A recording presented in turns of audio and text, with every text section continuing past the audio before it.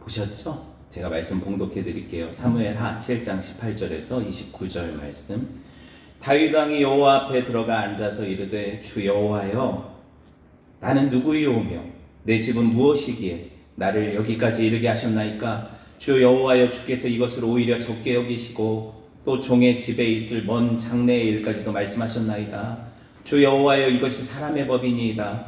주 여호와는 주의 종을 아시오니 다윗이 다시 주께 무슨 말씀을 하오리이까? 주의 말씀으로 말미암아 주의 뜻대로 이 모든 큰 일을 행하사 주의 종에게 알게 하셨나이다. 그런즉 주 여호와는 주는 위대하시니 이는 우리 귀로 들은 대로는 주와 같은 이가 없고 주 외에는 신이 없음이니이다. 땅의 어느 한 나라가 주의 백성 이스라엘과 같으리이까? 하나님이 가서 구속하사 자기 백성으로 삼아 주의 명성을 내시며 그들을 위하여 큰 일을 주의 땅을 위하여 두려운 일을 애국과 많은 나라들과 그의 신들에게서 구속하신 백성 앞에서 행하셨사오며 주께서 주의 백성 이스라엘을 세우사 영원히 주의 백성으로 삼으셨사오니 여호와여 주께서 그들의 하나님이 되셨나이다. 여호와여 하나님이여 이제 주의 종과 종의 집에 대하여 말씀하신 것을 영원히 세우시며 말씀하신 대로 행하사 사람이 영원히 주의 이름을 크게 높여 이르기를 만군의 여호와는 이스라엘의 하나님이라 하게 하옵시며 주의 종 다윗의 집이 주 앞에 견고하게 하옵소서. 만군의 여호와여 이스라엘의 하나님이여 주의 종의 귀를 여시고 이르시기를 내가 너를 위하여 집을 세우리라 하셨으므로 주의 종이 이 기도로 주께 간구할 마음이 생겼나이다. 주 여호와여 오직 주는 하나님이시며 주의 말씀들이 참되시니이다. 주께서 이 좋은 것을 주의 종에게 말씀하셨사오니 이제 청하건대 종의 집에 복을 주사 주 앞에 영원히 있게 하옵소서. 주 여호와께서 말씀하셨사오니 주의 종의 집이 영원히 복을 받게 하옵소서 하니라. 아멘. 오늘 사무엘 13번째 시간이에요. 사무엘하 13번째 시간. 나는 누구이오며 내 집은 무엇이기? 나는 누구이오며 내 집은 무엇이기에? 라는 제목으로 함께 하나님 말씀을 나눌게요. 여러분 신앙생활에 있어서 가장 중요한 게 뭐라고 생각하세요? 생뚱맞죠? 신앙생활에 있어서 가장 중요한 게 뭐라고 생각하세요? 대답을 한번 해보세요.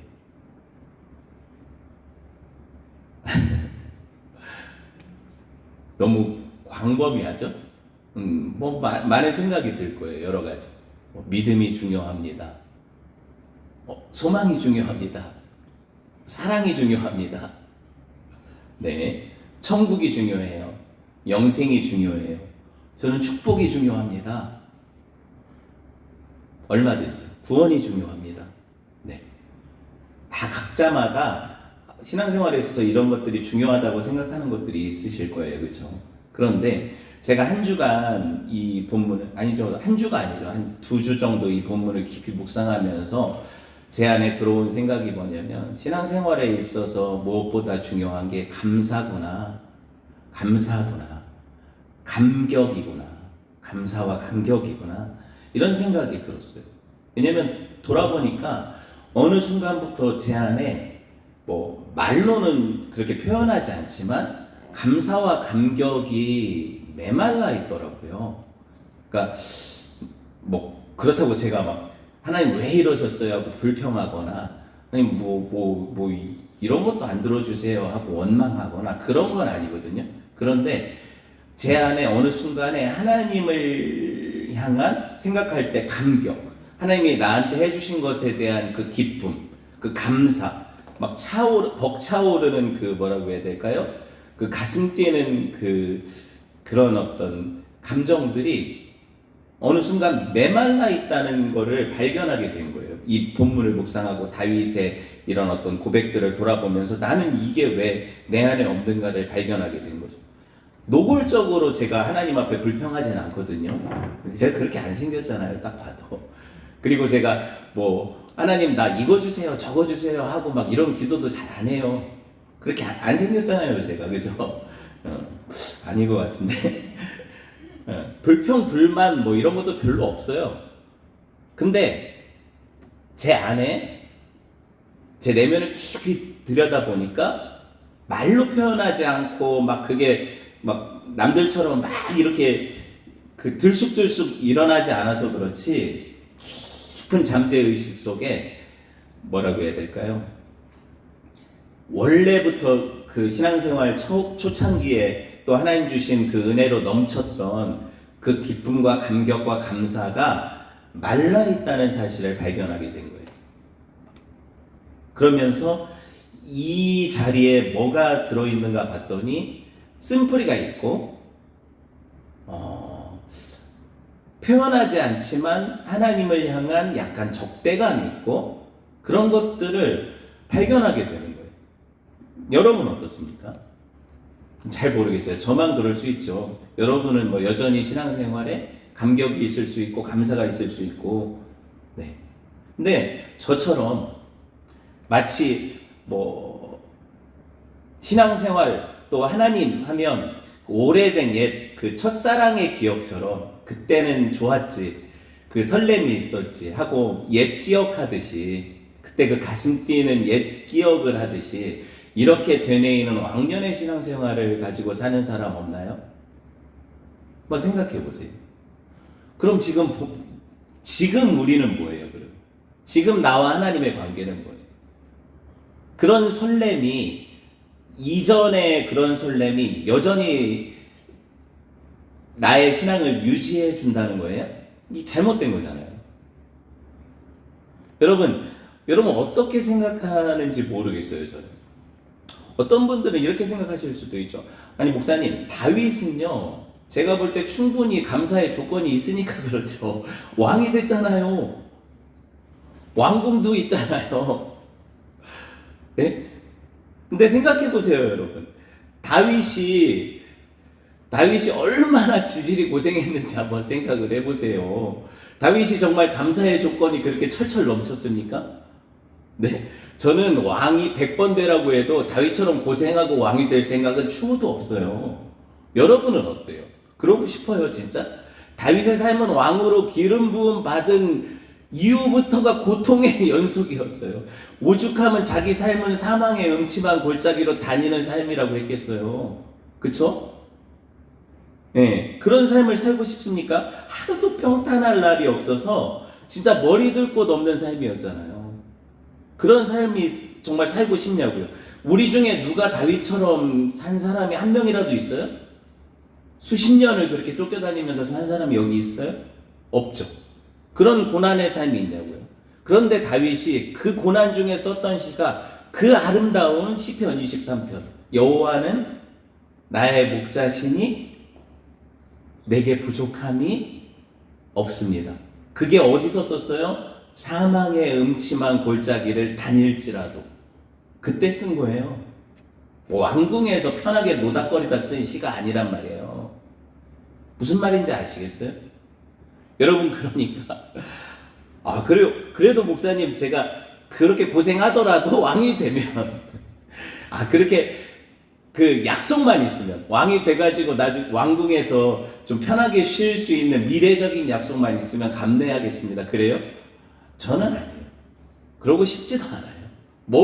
그게 얼마나 달콤하다고. 왜냐면요, 다윗의 생애를 앞으로 쭉 사무엘 하에서 보게 되겠지만 다윗이 누린 복은요 그런 인간적인 복이라고 따지면 왕으로서 편안하고 안락한 삶이라고 따지면 되게 짧아요. 왕자의 난이라고 들어보셨습니까? 다윗은요 왕으로서도 왕궁에서 편안한 삶이 없었어요. 계속해서 왕자들의 난이 터지고 진짜 능욕스럽고 치욕스러운 나날이 계속됐단 말이에요. 다윗의 인생이. 근데 무슨 감격이 있고 어떻게 보면 감사하는 것 자체가 불가능한 인생 아닙니까? 그런데 다윗의 특질이 뭐냐면 감사, 감격, 하나님을 향한 뭐라고 해야 될까요? 하나님으로 인한 만족. 그게 다윗의 고백의 특징이었다니까요. 거의 인생의 대부분을 전장에서 살았고 목숨의 위협을 당했고 진짜 가족들 때문에 속 지질이 썩었는데 그쵸? 그런데도 이 감격이 떠나지를 않았어요. 다윗의 영광은 찰나였다니까요. 그래도 그 마음 안에 늘 떠나지 않는 것이 내가 어떻게 하면 나를 이렇게 대우해 주시는 하나님을 기쁘시게 해드릴까? 어떻게 하면 나를 잠깐이나마 이 왕궁에서 안락하게 살게 하시는 하나님의 성전을 지어드릴까? 나는 어떻게 나에게 이렇게 은혜 베풀어 주신 하나님을 위해 살까? 여러분, 성도가 조금이라도 자기 삶이 편해지면 먼저 생각하는 게 뭐예요? 해외여행은 어디로 갈까? 명품백은 뭘 살까? 집은 남들 다 좀 좋은 아파트 산다는데 집은 언제 넓혀갈까? 이런 생각밖에 안 하잖아요. 근데 다윗은 그게 아니라니까요. 하나님의 나라와 주님의 몸된 교회를 생각한다니까요. 우리와 다른 점을 아시겠어요? 여러분, 우리를 생각해 보세요. 우리가 솔직하게 하나님 앞에서 내가 정말 무엇을 해드려서 하나님을 기쁘시게 할까, 이런 생각이 털끝만큼이라도 우리 안에 있어요? 그거 하나님이 아실 거예요. 하나님이 아실 거란 말이에요. 왜냐하면 자녀들이요, 올해 엄마 아빠 생일이면 엄마 아빠 생일이 다가오면 달력에 표시를 해놓고 다 알아. 눈치가 빤하잖아요. 용돈 다 우리가 주는 용돈 가지고 지들이 모은다고 모으는데 그거 다 내 돈이에요. 그런데 그거 가지고 막 열심히 모아가지고 뭘 사도 사실 그거 다 내 돈이니까 그렇게 기쁘지도 않고 그게 내가 원하는 것도 아닌데 애들이 그걸 그 마음을 가지고 부모님을 위해서 자기 것을 아껴서 준다는 그게 기쁨인 거잖아요. 아시겠어요, 여러분? 하나님이 다윗이 바벨론 궁을 지은들, 아니 하늘 정원을 지어드린들 기쁘겠냐고요. 그게 그 선물 자체가 하나님을 만족시키겠냐고요. 우주를 지어서 바친다고 해도 하나님을 만족시키겠냐고요. 아닌데, 그런 게 아닌데 다윗의 마음이 기쁘죠. 야, 그냥 편안하고 안락하고 등 따숩고 배부른데 내 생각을 먼저 한다고? 하나님 생각을 먼저 하잖아요. 다윗은 자기가 어떻게 더 편해질까, 더 즐길까, 인생의 그 노후를 어떻게 행복하게 살까를 고민하는 게 아니라 나는 하나님을 어떻게 더 기쁘시게 할까 생각하잖아요. 하나님이 이게 안 기쁘시겠냐고. 그러니까 하나님은 어떤 생각을 하세요? 내가 너를 기쁘게 해야 되겠다. 내가 너를 위해 집을 지어줘야 되겠다. 내가 너의 왕위를 영원히 견고케 해줘야 되겠다. 하나님 이렇게 기쁘게 생각하시는 것 아닙니까? 그러니까 부모가 자식을 위해서 준비하는 거 아니에요. 여러분이 자식 위해 준비하지 무슨 자식이 부모를 위해 준비합니까? 안 그렇습니까? 다 그렇잖아요. 다 그런 거예요. 여러분, 그래서 여러분 보시면 하나님께서 다윗에게 옛적에 아브라함에게 언약하셨던 그 약속을 다시 상기시켜 주신 거예요. 네 집을 지어주겠다 하실 때 집이 왕궁이 아니라니까요. 이게 뭐예요? 왕조에 대한 약속이죠. 다윗의 후손으로 오실 그 언약의 씨에 대한 약속이라고 했죠. 그쵸? 누구? 예수 그리스도 메시아, 아브라함의 씨, 그 언약의 씨에 대한 약속이에요. 이게 계시의 점진성이라고 하는데, 하나님의 목적하신 참 성전이, 인간이 하나님을 만나러 가는 곳이 성전이 아니에요. 하나님이 인간을 만나러 내려오시는 것이 성전이에요. 세상의 모든 성전은 인간이 자기 노력을 통해 신을 만나러 가는 건데, 하나님이 보여주시고 계시하시는 성전은 하나님이 죄인들을 만나러 오시는 곳이에요. 아시겠어요? 이게 얼마나 큰 차이인지 보세요. 그래서 하나님은 처음부터 성전을 이동식으로 보여주신 거예요. 왜? 당신이 친히 내려오셔서 당신의 백성들 가운데 장막을 치시고 거기 거주하시겠다는 거예요. 그들과 함께 임마누엘로 사시겠다는 거예요. 아시겠어요? 그들 가운데 오시겠다는 거라고요. 완전히 다르죠? 그럼 목사님, 솔로몬 성전은 왜 지었습니까? 솔로몬 성전은 예루살렘의 고정된 성전이잖아요. 그럼 계속 하나님 이동식으로만 사셔야지 왜 거기 성전을 왜 지으셨습니까? 솔로몬 성전은 이유가 있죠. 왜? 그 솔로몬 성전이 지어진 데가 어디라고 했어요? 예루살렘. 그 예루살렘이 어디라고 했어요? 모리아 산이 뭔데요? 이삭을 아브라함이 번제로 바쳤던, 거기 누가 준비됐어요? 어린 양이, 하나님이 여호와 이레로 자기 아들을 준비하신 그 산이 모리아죠. 거기 예루살렘의 성전이 섰다는 건 뭐예요? 결국에 하나님이 자기 어린 양을 거기 보내실 거라는 증거죠. 그죠? 거기서 누가 죽어요? 그 언덕 이름이 골고다고 갈보리 언덕이에요. 그 모리아산이. 그러니까 성전이 거기 있는 건 뭐냐면 성전으로 오셔서 죽으실 누구? 예수님에 대한 예표니까 거기 세워지는 거예요. 그거 하나거든요.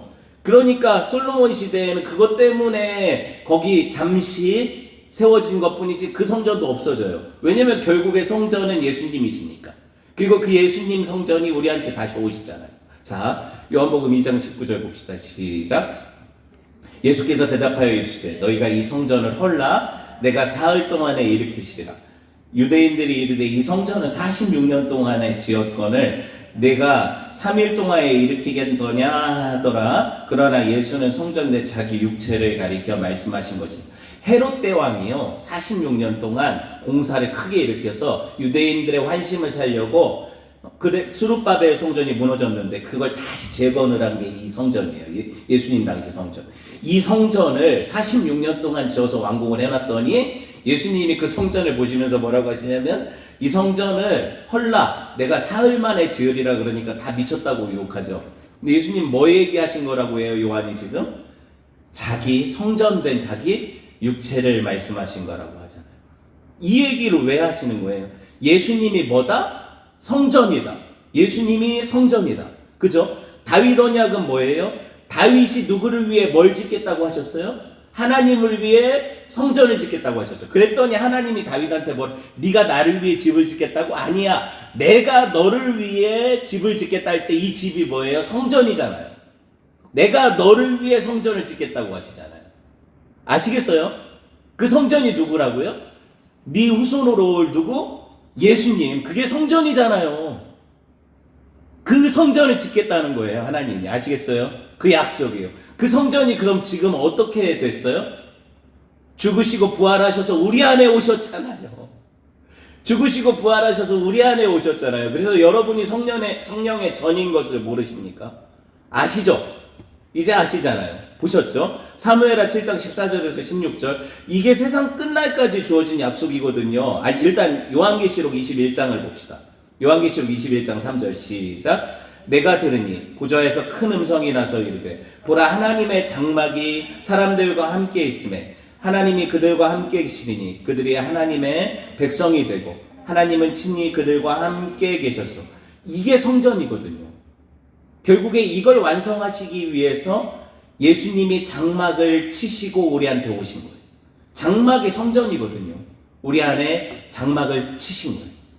그래서 여러분 이게 세상 끝날까지 주어진 약속인데요. 사무엘하 7장 14절 봅시다. 시작. 나는 그에게 아버지가 되고 그는 내게 아들이 되리니 그가 만일 죄를 범하면 내가 사람의 매와 인생의 채찍으로 징계하려니와 내가 네 앞에서 물러나게 한 사울에게서 내 은총을 빼앗은 것처럼 그에게서는 빼앗지 아니하리라. 내 집과 내 나라가 내 앞에서 영원히 보존되고 내 왕위가 영원히 견고하리라 하셨다 하라. 여러분 보셨어요? 다윗은 이것이 자기 아들 솔로몬, 물론 1차적으로는 솔로몬에 대한 이야기가 맞아요. 그런데 솔로몬이나 그 이후에 올 후손에 대한 이야기가 아니에요. 전체적으로 보면 누구에 대한 이야기예요?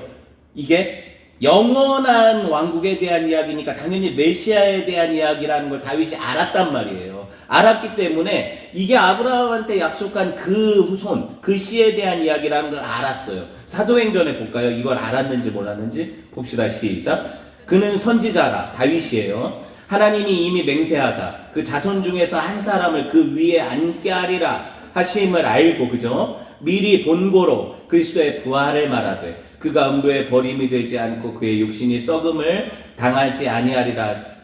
다윗이 알았어요. 이게 자기 후손에 대한 얘기가 아니라, 자기 육체 후손에 대한 얘기가 아니라 그리스도의 부활에 대한 얘기구나. 그래서 자기 육체 후손으로 올 그리스도가 오시는데, 메시아가 오시는데 그분이 죽고 부활하시면 그분 안에서 모든 사람들이 죄 용서를 받고 음부에 버림받지 않고, 아시겠어요? 멸망당하지 않고 영생을 얻게 되는구나. 이 진리를 알았다는 거예요. 이 진리를 알았기 때문에 다윗이 이 메시아가 통치할 왕국에 대한 예언을 하고 그것에 감격하고 있는 게 오늘 사무엘하 7장 얘기예요. 그러니까 미래에 대한 예언을 하고 있는 거예요. 여러분, 하나님의 약속을 들었을 때 다윗이 얼마나 감격하냐면요, 오늘 보시면 제가 좀 약간 감격을 섞어서 읽지 않았습니까 아까? 그렇게 안 들렸어요? 그럼 다시 한번 읽어야 되나? 여러분, 다윗은요 그냥 감사와 감격 없이 무미건조하게 하나님 나는 무엇이고 내 집은 뭔데 이렇게 하나님 은혜 주십니까? 뭐 이런 게 아니라 너무 가슴 벅차서 말문이 턱 막히는 거예요. 그리고 다윗이 하다가 중간에 뭐라고 얘기했냐면 다윗이 자기가 자기한테 다윗이 하나님께 무슨 말을 더 하겠습니까? 할 말이 없다는 거. 생각해 보니까 무슨 말을 더 하겠습니까? 주는 다윗을 아십니다. 주는 저는 이런 사람이고요. 저는 주를 위해서 이걸 할 수 있고 저걸 해드리고 싶고 막 이렇게 얘기하려고 했는데 생각해 보니까 하나님이 저를 더 잘 아세요. 하나님, 제가 주를 위해서 저것도 하고 싶고 이것도 하고 싶은데 저는 약해서 이것도 못했고 저것도 못했고 근데 원래 그렇게 하려고 한 건 아니었는데 아시잖아요. 엊그제 그렇게 제가 일어나가지고 하나님 주를 위해 이렇게 하려고 했는데 참 그게 육신이 약해서 이게 안 됐고 막 그거 다 아시잖아요. 이렇게 얘기 안 해도 하나님 다 아시니까. 하나님은 다 아시니까. 여러분, 그래서 다윗이 뭐라고 얘기하냐면 하나님 할 말이 없어요. 하나님 다 아시잖아요. 저는요 하나님한테 기도하려고 하면 이게 기도를 정말 해야 될까 너무 다 아시니까. 그래도 하나님 자녀들이요 간혹 부모가 안다고 해서 부모가 내가 이야기하지 않는다고 내 상황을 다 안다고 해서 또 그 이야기를 듣고 싶어 하지 않는 건 아니거든요. 무슨 말인지 아시겠어요? 또 내가 내 말로 이야기하고 전화하고 엄마 시시콜콜한 이야기지만 오늘 어떤 일이 있어 이런 걸 다 알아도 또 이야기하길 원하시거든요. 이게 기도라고 생각해요. 그러니까 하나님은 아셔요. 아시는데 자식이니까 내 심정을 또 토로하길 원하신단 말이에요. 다윗은 기가 막히고 하나님 다 아시는데 이제 이런저런 이야기 하다 보니까 지금 이런 이야기 같은 경우에는 정말 말문이 막히는 거예요. 하나님 정말 할 말이 없을 정도로 하나님 다 아시는데 제가 더 무슨 말을 하겠습니까? 저는 하나님 앞에 말할 자격조차 없는 인간입니다. 근데 하나님은 너무 과분하십니다. 저한테 베풀어 주시는 게 너무 과분합니다. 이런 얘기를 하는 거거든요. 그죠? 그래서 그게 그 감격이 다윗한테 고스란히 느껴지고 저와 여러분이 이 본문을 읽을 때 이게 내 얘기가 돼야 돼요. 목사님 얘기가 아니라 정말 여러분들 이야기가 되고 여러분들의 감격이 돼야 돼요. 아시겠어요? 사무엘하 7장 한번 볼까요? 이게 왜 다윗 이야기가 아니라 우리 이야기인지 봅시다. 시작. 그런즉 주 여호와여 주는 위대하시니 이는 우리 귀로 들은 대로는 주와 같은 이가 없고 주 외에는 신이 없음이니이다. 땅의 어느 한 나라가 주의 백성 이스라엘과 같으리까. 우리 얘기잖아요. 하나님이 가사 구속하사 자기 백성으로 삼아 주의 명성을 내시며 그들을 위하여 큰 일을 주의 땅을 위하여 두려운 일을 애국과 많은 나라들과 그의 신들에게서 구속하신 백성 앞에서 행하셨사오며 주께서 주의 백성 이스라엘을 세우사 영원히 주의 백성으로 삼으셨사오니 여호와여 주께서 그들의 하나님이 되셨나이다. 여호와 하나님이여 이제 주의 종과 종의 집에 대하여 하신 말씀하신 것을 영원히 세우시며 말씀하신 대로 행하사 사람이 영원히 주의 이름을 크게 높여 이르기를 만군의 여호와는 이스라엘 하나님이라 하게 하옵시며 주의 종 다윗의 집이 주 앞에 영원히 견고하게 하옵소서. 영원히는 없네요. 하옵소서. 아멘. 그렇죠. 누구에 대한 이야기예요 지금? 우리 얘기잖아요. 성도들에 대한 이야기잖아요. 이 영원한 약속에 대한 이 주도권이 만약에 저와 여러분에게 있다면 이건 약속이 아니에요. 왜냐면 우리는 늘 변하거든요. 우리는 불변하지 않아요. 완전하지도 않고 영원하지도 않아요. 그러니까 노아도 죽었잖아요. 약속받고. 아브라함도 죽었죠. 모세도 죽었어요. 여호수아도 죽었죠. 이 약속을 받은 다윗도 죽었단 말이에요. 솔로몬도 죽었어요. 그 약속은 누구한테 계승이 돼요? 사람은 죽어요. 완전하지 않아요. 영원하지도 않고요. 그러니까 이 약속의 신실성은 누구한테 확보돼요? 하나님께 있는 거예요. 그 약속하신 분이 영원하시니까. 그 약속하신 분이 불변하시니까. 그 약속하신 분이 완전하시니까. 그 하나님이시니까. 그래서 우리 상태를 가지고 너는 구원에서 탈락. 우리 상태를 가지고 너는 지금 착하게 사니까 구원. 너는 믿으니까 구원. 이렇게 따지는 신학은 설 자리를 잃는 거예요. 왜 그러냐면 그건 우리 상태에 따라서 이게 왔다 갔다 하잖아요. 좌우되잖아요. 그럼 우리가 어떻게 살아요? 다 죽지. 그게 뭐예요? 행위로서 의롭다 하심을 받을 육체가 하나라도 있어요? 그럼 평생 죄 안 짓고 살 수 있어요? 영원히 의롭게 살 수 있어요? 여러분 죽을 때까지 한 번도 실수하지 않고 살 수 있어요? 하나님 앞에 100% 의롭게 살 수 있어요? 근데 누가 의롭다함을 받고 천국 갈 수 있어요? 누가 그렇게 할 수 있는데요? 근데 왜 자꾸 자기 의의를 내세워요? 신앙생활 하다가 처음에는 예수 믿어서 구원받고 나중에는 내 의로 구원받는 거예요? 그러니까 성도의 견인이라는 게 처음에는 예수 믿어서 내 죄 용서받지만 나중에 천국 갈 때는 내가 끝까지 그걸 지켜가서 구원받는 거예요? 천국 가는 거예요? 정말 그래요? 다 탈락해요. 그러면 다 탈락한다고요. 누가 그렇게 가르쳤어요? 한 번이라도 우리가 그렇게 가르쳤어요? 제가 그렇게 한 번이라도 가르쳤어요? 성도들이 착각하지 말아야 되는 게 조금 자기가 열심을 내고 주를 위해 뭘 한다 이렇게 착각을 하면 정죄하기 바빠요. 그렇게 못하는 다른 성도들을 판단하기 바빠요. 그 판단이 나를 향한다는 사실을 몰라요. 여러분, 우리는 은혜로 구원받았어요. 은혜로 구원받았다고요. 은혜를 놓치는 순간 성도들은 다 율법에 정죄받는 거예요.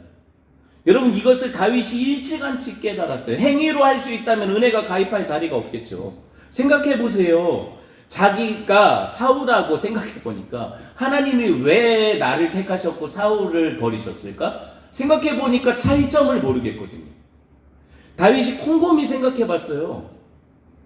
왜 사울은 버림받았고 자기는 택함 받았는지에 대해서, 왜 사울의 왕권은 중간에 탈락했고 자기 왕권, 자기 후손들은 후손은 모르고 자기는 왜 범죄했는데 버리지 않는 거에 대해 약속하셨잖아요. 님 범죄해도 안 버리시겠다고.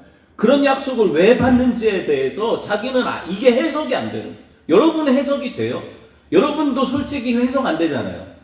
왜? 나보다 착하게 사는 사람들이 널려 있거든요. 나 예수 믿는데 나 예수 안 믿는 내 친구들이 나보다 훨씬 훌륭하게 살거든요. 훨씬 더 도덕적이거든요. 훨씬 더 나보다 정말 저 사람 내가 천국 가는 것보다 솔직히 제가 천국 가는 게 맞지. 이런 사람들이 내 주변에 있거든요. 어때요, 여러분? 근데 성경은 뭐라고 얘기하냐면요. 하나님이 나를 택하셨대. 나 같은 걸 택하셨고 저 사람을 택하시지 않았대요. 그러니 나도 용납이 안 돼. 내 잣대에서도 내 기준에서도 이게 용납이 안 되는 거예요. 그러니까 여러분이 스스로 정죄하고 판단하잖아요. 내 양심상으로 그래서 이게 복음이 맞나? 이게 맞나? 그래서 은혜의 교리가 자꾸 여러분들 헷갈리잖아요. 교회에서 들으면 또 맞는 것 같은데 밖에 나가면 이게 진짜 이상한 것 같아. 안 그래요? 솔직히 안 그래요? 그리고 영화 같은 게 계속 비꼬잖아요.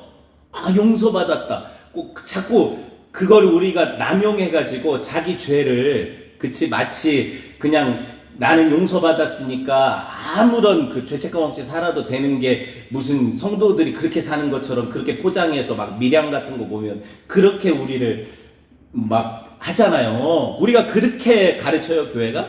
그렇게 안 가르치잖아요. 그런데 왜 우리를 그렇게 보게 만들어요? 그게 아니거든요, 그게. 성경이 결코 그렇게 가르치지 않거든요. 그럼에도 불구하고 우리는 우리를 알아요. 우리가 그런 자격 없다는 걸 안다고요. 우리가 그 사람들보다 잘나서 천국 갈 수 있다, 이따위 말을 할 수 없다고, 우리가 그렇게 나를 내세울 수 없다고요. 나는 그런 자격이 없다는 걸 너무 뼈저리게 아는 사람들이 우리라고요. 그런데 그렇기 때문에 다윗처럼 감격하는 거예요.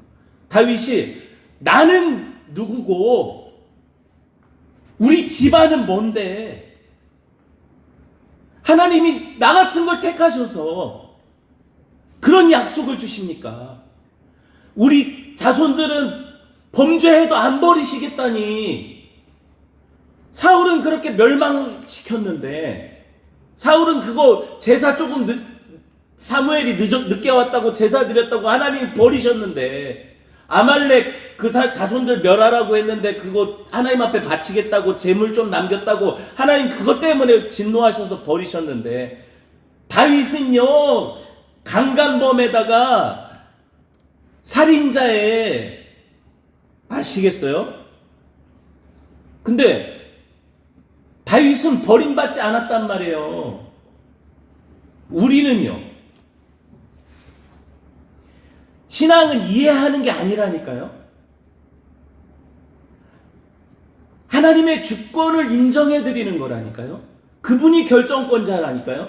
내 상식은 당연히 도덕법에 의해서, 우리가 가지고 있는 윤리의식에 의해서, 양심에 의해서 다윗이 더 나쁜 놈이죠, 사울보다. 그런데 하나님의 판단은 다윗을 순전하다고 하시고요, 사울을 하나님은 버리신단 말이에요. 그러면 내 판단에는 하나님이 틀리셨잖아요. 근데 성도는 하나님이 옳으시다고 인정하는 걸 성도라고 한다니까요. 왜 자꾸 세상법으로 판단하냐고요. 우리가 잘났어요, 그렇게? 우리가 그렇게 도덕적이에요? 우리가 그만큼 하나님을 판단하는 자리에 있을 만한 사람들이에요? 그만큼 우리가 하나님은 왜 그렇게까지 하십니까? 왜 하나님은 이런 거잖아요. 나는 내가 생각해도 저 사람은 구원받아야 될 사람이고 저런 인간들은 지옥 가야 되는데, 하나님, 나는 나 같은 사람은 진짜 내가 봐도 지옥 가야 되고, 저 사람은 예수는 안 믿지만 정말 법 없이 사는 저 사람은 천국 가야 이게 맞는 것 같은데 라고 따지는 나는 누구예요 도대체? 내가 피조물이에요? 창조주예요? 착각하지 마세요. 얼마나 교만한 생각입니까? 설교자도 제가 자격이 있어서 여기 서서 여러분한테 가르치듯이 하는 게 아니에요. 지금 저한테 하나님이 말씀하시는 거예요. 자격이 있어서 여기 선다고 생각하는 순간 저는 죽은 거예요. 자격이 없는 자가 여기 있는 거예요. 이걸 주권적인 은혜라고 하는 거예요. 주권적인 은혜. 이걸 아는 사람을 성도라고 하는 거예요. 이 차이를 아시겠어요? 하늘과 땅의 차이예요. 이걸 인정해 드리는 사람을 성도라고 부르고요, 이걸 인정하지 않는 사람을 불신자라고 하는 거예요. 그런데 이거는 하늘과 땅의 차이예요. 절대로 말로 논리로 설득당할 수 있는 게 아니에요. 믿음 주셔야 돼요. 성령이 그 마음을 만지셔서 믿게 하셔야 돼요. 그거밖에 없는 거예요. 그래서 이걸 깨닫게 되면 감격이 일어나요. 내가 이걸 어떻게 알았을까? 나를 어떻게 하나님이 구원하셨을까? 그리고 내가 이걸 어떻게 깨달아 알게 됐을까? 그래서 다윗 왕이 들어가서 하나님께 기도하잖아요. 사무엘하 7장 18절 시작.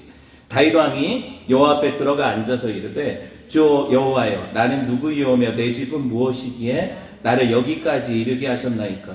성도의 유일한 감사의 조건 이거예요. 은혜의 정의가 뭐라고 했어요? 은혜의 정의가 뭐라고 했어요? 받을 자격 없는 자에게 거저 주시는 하나님의 선물. 받을 자격이 있는 자에게 주시는 건 상이라고 하는 거예요. 공부 잘했어요? 우등상. 착한 일 했어요? 선행상. 개근했어요? 개근상. 근데 나는 아무 자격이 없어요. 자격이 없는데 나한테 자격이 있는 것처럼 주셨단 말이에요. 이걸 은혜라고 하는 거예요. 이걸 깨달은 성도들은 은혜는 값없이 얻어지는 거라는 걸 깨달았어요. 그러니까 그게 감격이 일어나는 거예요. 하나님, 참 하고 많은 사람 중에 나는 참 생각해 보니까 한 게 없는데 하나님이 나를 택하신 것밖에 없어요. 그리스도 안에서 나를 부르신 것밖에 없어요. 나는 비교해봐도 참 세상 사람들하고 하나 차이도 없어요. 웬 은혜인지 웬 말인지 그 많은 사람 중에 나를 자녀 삼으셨어요. 예수 믿는 가정에 태어나게 하셨어요. 나는 내가 생각해도 절대로 예수 믿게 생긴 사람이 아닌데 지금까지 예수님을 떠나지 못하게 하시는 은혜가 있어요.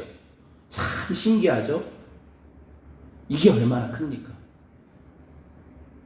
다윗은요 이걸 알았어요. 뭐 양치는 데서 왕이 되게 하시는 애? 이건 다윗이 나중에 깨달아 알지만 지질이 고생하는 은혜예요. 야, 왕이 되고 나서 다윗은 고생밖에 없었어. 그게 은혜가 아니에요. 다윗은요 목동일 때가 제일 좋았어요. 목동일 때가 제일 좋았다고요. 그래서 목동일 때는요 나는 하나님의 어린 양, 그분의 기르시는 어린 양 이러고 찬양했는데, 왕이 되고 나서는 사망의 음침한 골짜기라니까요. 어려워요. 높이 올라가고 싶죠. 막 세상에서 나도 높이 되면 하나님을 이렇게 크게 섬길 수 있을 것 같죠. 그만큼 고난이고 고통이고 힘든 게 우리의 추구하는 인생이에요. 여러분, 만군의 여호와여, 오늘 다윗이 기도하잖아요. 말씀 붙잡고 기도하잖아요. 다윗은 다른 게 하나도 이제 보이지 않는 거예요. 딱 하나. 하나님, 나는 하나님께서 약속 주셨으니까 그 약속 붙들고 기도하겠습니다. 그러니까 성도는요 다른 거 없어요. 말씀 붙잡고 기도하면 되는 거예요. 하나님, 당신이 주신 약속이 있으니까 나는 이거 약속 잡고 기도할게요. 그리고 그 은혜에 감사하는 삶을 살게요. 자, 사무엘하 7장 27절 봅시다. 시작. 만군의 여호와 이스라엘의 하나님이여, 주의 종의 귀를 여시고 이르시기를 내가 너를 위하여 집을 세우리라 하셨으므로 주의 종이 이 기도로 주께 간구할 마음이 생겼나이다. 말씀 붙잡고 기도 안 하면 내 욕심만 가지고 가요. 아시겠어요? 다윗은 지금 말씀 붙잡고 기도하잖아요. 이렇게 약속하셨으니까 이거 붙잡고 기도할게요 이거잖아요. 근데 우리는 말씀 안 붙잡고 기도하니까 내 욕심 붙잡고 기도하는 거죠. 그거밖에 더 있어요. 다윗은 항상 그 얘기예요. 말씀들이 참되십니다. 28절 보세요. 주 여호와여, 오직 주는 하나님이시며 주의 말씀들이 참되십니다. 주께서 이 좋은 것을 주의 종에게 말씀하셨으니 이제 청하건대 종의 집에 복을 주사 주의 앞에 영원히 있게 하옵소서. 주 여호와께서 말씀하셨사오니 주의 종의 집이 영원히 복을 받게 하옵소서 하니라. 근데 식당마다 주의 은혜로 종의 집이 영원히 복을 받게 하옵소서 여기만 붙어 있어요. 그쵸? 식당마다 붙어 있고 집집마다 뭐 주의 은혜로 종의 집이 영원히 복을 받게 하옵소서 이 부분 붙어 있는 거 많이 봤죠? 근데 그 앞에 안 붙어 있잖아요. 말씀하셨사오니. 이 약속은 받지도 않은 사람들이 복만 받으려고 하니까 문제죠. 언제 하나님이 그 약속을 하셨냐고요. 거짓말이잖아요. 왜 그건 빼놨냐고요. 약속이 있고 그 약속에 따른 대가 지불이 있는 거예요. 대가 지불도 없이 뭘 복을 받아요. 그리고 복은 이미 받았다니까요. 어떤 복? 성도들은 이미 가장 큰 복을 받았어요. 다윗이 받은 그 복 뭐예요? 구주가 나를 위해 죽으셨잖아요. 그래서 내가 영생을 누리고 그 여자의 후손이 나의 죄를 용서하셔서 하나님의 자녀 삼으신 그 권세, 그 능력, 그 은혜, 이걸 이미 다 받았잖아요. 모든 성도들이. 그러니 이게 복 아닙니까? 그걸 깨닫는 순간 찬양하지 않을 수 없죠. 만입이 내게 있으면 그 입 다 가지고, 입이 만 개면 징그럽긴 하겠지만 그 입 다 가지고 내 구주 주신 은혜를 늘 찬송하겠네. 이게 성도예요. 이거밖에 없는 거예요. 그러니까 하박국이 뭐라고 해요? 무화과나무 잎이 무성하지 못하고 포도 열매가 없고 감람나무 소출이 없고 외양간에 뭐 우리의 양이 없고 외양간에 소가 없어도 포도나무에 뭐 포도가 없어도 뭐라고 해요? 네, 나는 여호와로 말미암아 즐거워하며 나의 구원의 하나님을 인하여 기뻐하리라. 성도는요 통장 잔고 보고 기뻐하는 게 아니에요. 자녀들 그 공부 성적 보고 기뻐하는 게 아니에요. 성도들은 뭐 때문에 기뻐하는 거예요? 나는 여호와로 즐거워할, 나는 여호와로 인하여 기뻐하며 나의 구원의 하나님을 인하여 기뻐하는. 그러니까 내가 기뻐하는 것이 내 신앙이에요. 내가 진짜 기뻐하는 게 내 신앙이에요. 그러니까 내가 뭐에 기뻐하는가를 보면 거기 내 믿음이 있어요. 보세요. 말씀을 정리합니다. 깊은 차원의 감사는요 존재에 감사해요. 나를 구원하신 하나님, 그래서 난 하나님을 인하여 감사해야 되는 거예요. 성도는 거기 뿌리를 박아야지. 그래야 시절을 쫓아 과실을 맺고 잎사귀가 마르지 않죠. 열매 맺죠. 뿌리에서 잘린 나무가 아무리 열매 맺으려고 해봤자 열매가 맺겠습니까? 다 크리스마스 장식처럼 그 한철 지나면 다 떼어가지고 전구랑 그 반짝이 다 떼어서 다음 나무를 위해서 박스에다가 담아가지고 창고에 집어넣겠죠. 다 꾸며지는 것들. 우리는 그 꾸미는 거에 인생 낭비하지 말고 열매 맺어야 돼요. 그런 은혜를 누리는 저와 여러분 되시기를 주님의 이름으로 축원을 드립니다. 함께 하나님 말씀 받고 기도합시다.